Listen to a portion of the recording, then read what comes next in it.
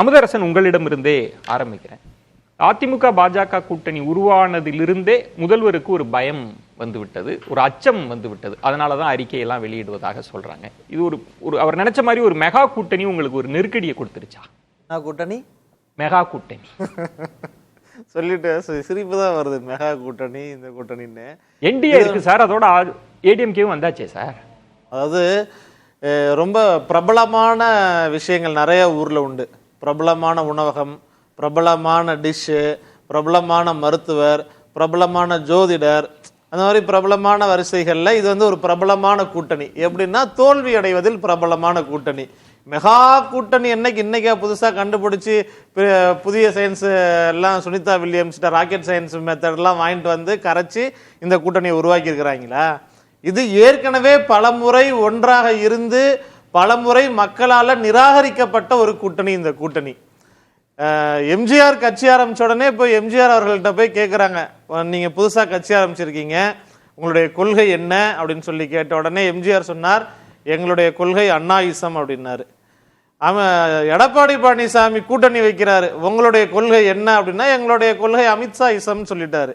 அதனால நீங்க 2019 அமித்ஷா டெல்லியில இருந்து சென்னைக்கு வர்றப்ப இங்க அதிமுக ஆள் அனுப்புனுச்சு. அதிமுக கொடியோட போய் ஏர்போர்ட்ல நின்று அவங்க வரவேத்தாங்க அமித்ஷாவை. இப்போ அப்பையில இருந்து கட்சி undertaking by BJP.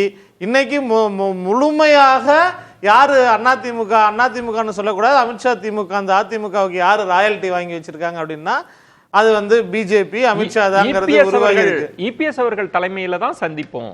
AIADMK Amit Shah அவர்களே சொல்றாங்களே இபிஎஸ் தலைமையில சந்திப்போம்னு. இபிஎஸ் சொல்ல முடியல பாருங்க. அதாவது தொடர்ந்து 6 முறை தமிழ்நாட்டுல ஆட்சியில இருந்த ஒரு கட்சியினுடைய தலைவராக இருக்கக்கூடியவரால எங்களுடைய தலைமையில தான் கூட்டணின்னு சொல்ல முடியல. ஒரு வார்டு எலெக்ஷன்ல கூட தனித்து ஜெயிக்க முடியாத பாஜக சொல்லக்கூடிய ஒரு சூழல்ல இன்னும் அது எதுக்கு நம்ம பின்னாடி திரைமறைவுல கையை முறுக்கி வாயில குத்தி கையை காலை கட்டு போட்டு உட்கார வச்ச மாதிரி அவரை ரொம்ப அமைதியாக இருந்ததெல்லாம் நம்ம பார்த்தோம்.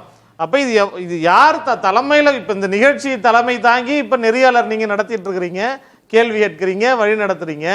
கூட்டணியில வழி நடத்தக்கூடியது யாரு? இந்த கூட்டணி இந்த யார் தலைமையில நடக்க போகுது அப்படிங்கிறத, கூட்டணிக்கு யார் தலைமை ஏற்பார்கள் அப்படிங்கிறத தலைமை ஏற்கக்கூடியவர்களாலே சொல்ல முடியாத அளவிற்கு ஒரு மோசமான ஒரு அடிமைத்தனம் ஊறி போய் வாய் திறக்க முடியாத கொத்தடிமையாக எடப்பாடி பழனிசாமி அந்த கூட்டத்தில் உட்கார்ந்து இருந்ததை நாம பார்த்தோம். இதை விட கடுமையான ரிசல்ட் தமிழ்நாட்டு மக்கள் ஏற்கனவே கொடுத்திருக்காங்க. கடந்த காலங்கள்ல ஒரு அணிக்கு தோல்வி கிடைச்சதுனாலேயே இந்த முறை கிடைக்கும்னு சொல்ல முடியுமா? ஒன்று, ஆட்சிக்கு எதிரான ஒரு அலைன்னு ஒண்ணு இருக்குல்ல, அது அந்த அணிக்கு பலம் சேர்க்காதா? ஒரு அலையும் ஆட்சிக்கு எதிரான அலை ஒண்ணும் கிடையாது. கூட்டணி சேருவதுங்கிறது தேர்தல் களத்துல, அரசியல் களத்துல இயல்பான ஒன்று. நீங்க ஜெயலலிதா அவர்கள் வேண்டான்னு சொன்னதுக்கு அப்புறம் கூட்டணி சேர்ந்தீங்க, இறந்த பிறப்பாடு சேர்ந்தீங்க. எதுக்காக சேர்ந்தீங்க? அதன் பிறகு கூட்டணியில இருந்து வெளியில வந்தீங்க. எதற்காக வெளியில வந்தீங்க? மறுபடி கூட்டணிக்குள்ளார போயிருக்கீங்க. எதற்காக? ஒரு ஜஸ்டிபிகேஷன் வேணும் சார். 2 கூட்டணி கட்சியினுடைய தலைவர்கள் இன்ன காரணத்துக்காக நாங்க பிரிஞ்சு போனோம். தனி மனித தாக்குதல் எவ்வளவு இருந்துச்சு இந்த இடைப்பட்ட காலங்கள்ல? ஒட்டும் இல்ல வரவும் இல்ல அப்படின்னு முற்றும் துறந்துட்டோம் பாஜகன்னு சொன்னதை நம்ம பார்த்தோம். பாஜக தலைவர்கள் மிக கடுமை. இன்னைக்கு புதுசாக வந்திருக்கக்கூடிய தலைவர்ல இருந்து ஆண்மையுள்ள ஒருத்தர் கூட சட்டமன்றத்துக்குள்ளார பேச முடியல அப்படிங்கிற கருத்துக்களை தனி மனித தாக்குதல்களாக அந்த கட்சியினுடைய தலைவர்களை மிக கொச்சையாக பேச அந்த சூழல்லாம் பார்க்க இருந்தது. என்ன ஜஸ்டிபிகேஷன் நீங்க கொடுக்குறீங்க? அந்த இடத்தில் திரு இபிஎஸ் அவர்கள் என்ன சொல்றாங்க அப்படின்னா, திமுக எதிர்ப்பு வாக்குகள் சிதறக்கூடாது, 5 முனை போட்டினா அவங்க கம்ஃபர்ட்டா இருக்கும் அப்படின்றதுனால சிதறாமல் இருக்க ஒரு அணி கட்டியிருக்காங்கன்னா அது உங்களுக்கு சவாலா இருக்காதா? நெருக்கடி கேவலமா இல்லையா? அப்ப உங்களால தனித்து நின்று ஜெயிக்க முடியாதா? அந்த எதிர்ப்பு வாக்குகளை, திமுகவுக்கு எதிர்ப்பான வாக்குகளை உங்களால வாங்க முடியாத அளவிற்கு அதை விட கேவலம் பாஜக வேலை. ஏங்க உங்க தயவால 4 சீட்டு ஜெயிச்சிருக்கிறாங்க.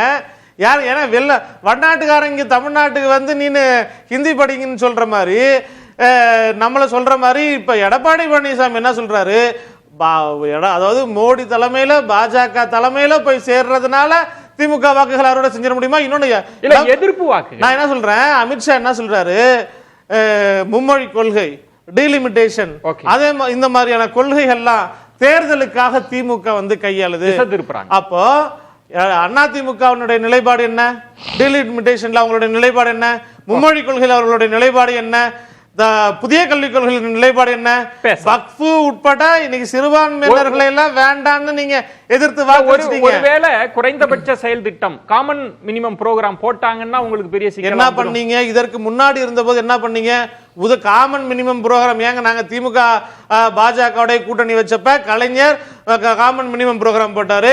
நீங்க ராமர் கோயில்ல இருந்து காஷ்மீர்ல இருந்து அதே போல காமன் சிவில் கோட்ல இருந்து நாங்க அதை பத்தி வாய் திறக்கல.